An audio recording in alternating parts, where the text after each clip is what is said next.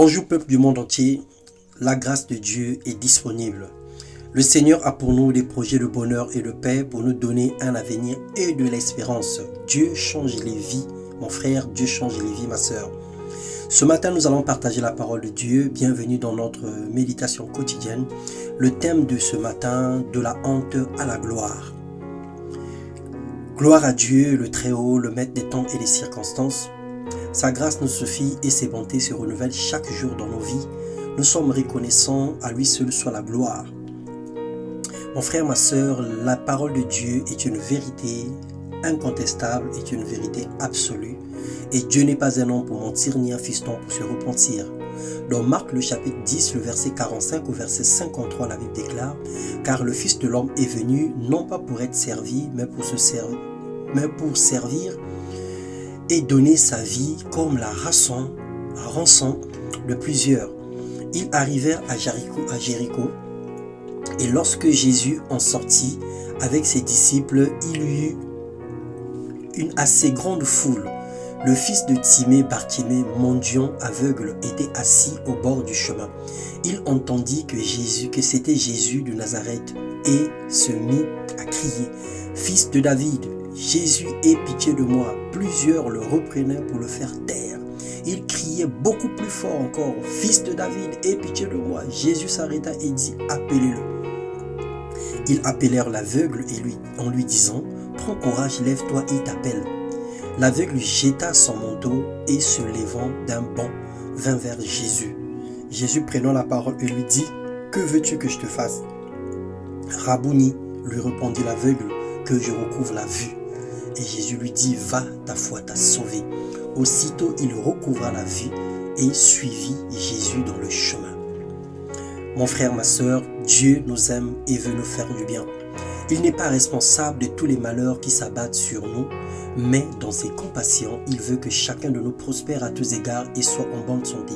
Aujourd'hui, le temps de miracle n'est pas passé. Il est le maître de tout. Il est le même hier, aujourd'hui et éternellement. Il veut changer ta vie et te donner un sourire. Il veut te guérir de l'aveuglement et de toute forme d'infirmité. Le problème, c'est qu'on n'ose pas demander. On n'ose pas crier à Dieu comme Bartimée. Et même quand il nous appelle, on ne jette pas nos manteaux. Ça veut dire les vieilles habitudes, les coutumes, les mentalités anciennes, les soucis et autres. On vient à lui avec nos prétentions. Dieu veut changer ta vie si tu acceptes de lui laisser le contrôle total de ta vie. Si tu décides de doter tous les soucis, les rancœurs et les murmures, les lamentations, les plaintes et les clameurs, Dieu et sa parole sont un.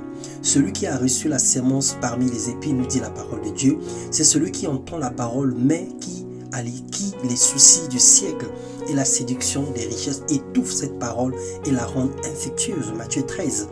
C'est l'une des causes qui fait que plusieurs personnes ne profitent pas de la parole de Dieu.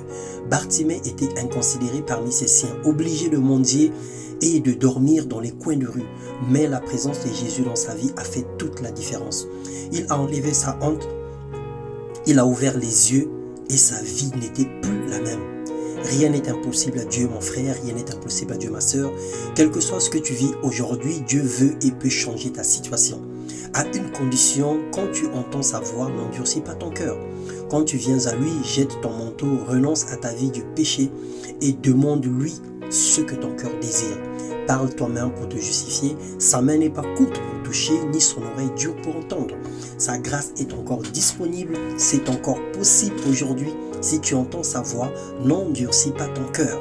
Que Dieu te bénisse et change ta vie aujourd'hui même dans le nom puissant de Jésus. Que les écailles tombent de tes yeux. Que toute forme d'aveuglement spirituel, physique, soit ôté de ta vie au nom puissant de Jésus-Christ. Jésus-Christ allait de lieu en lieu guérissant tout ce qui était sous l'empire du diable parce que le Saint-Esprit était avec lui.